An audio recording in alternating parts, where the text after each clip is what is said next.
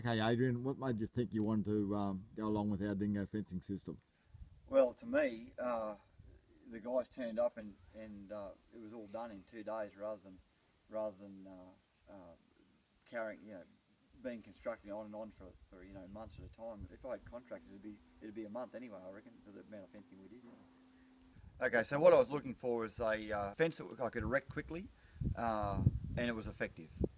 I need to be able to control kangaroos, wild dogs, and other predators to protect my goats and so I can spell my paddocks. The electric fence, well, we proved today that we drove out there and the roos and goats wouldn't go through it. So that's only been up 1 day.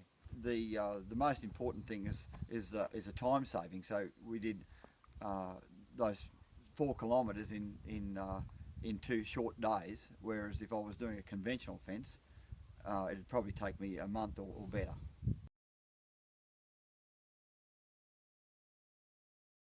We're the largest Hereford seed stock producer in the U.S. We raise bulls and selling to commercial producers all across the country. We have lots and lots of electric fencing. Electric fencing is the only thing that we can keep cattle separated like we need to on a purebred operation. Dingo fencing is one of the simplest fencing systems I've ever seen, and it's truly incredible and does a fantastic job and does everything that we're looking for in a fencing system. I think there is a lot of opportunity for this fencing system in the U.S. There's just so many applications spread across so many different types of operations. Australia and the U.S. has a lot of similarities, actually. I mean, maybe a little different environment, but we have the same problems and the same good things both alike. I think the visibility of this fence is a really important part for safety of cattle and any type of animal or people. This fence shows up so much better than anything we've had in the States up to this point.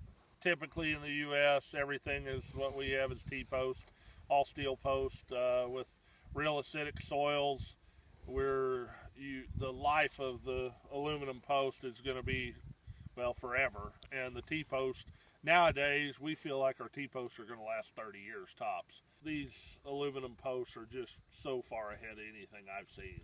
Barbed wire is the #1 most used thing in the U.S., but it's got to where it's virtually cost prohibitive to build.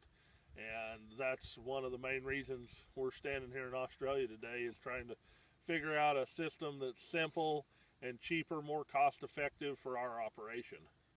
Anybody that's looking for an electric fence system needs to check the Dingo fencing system out.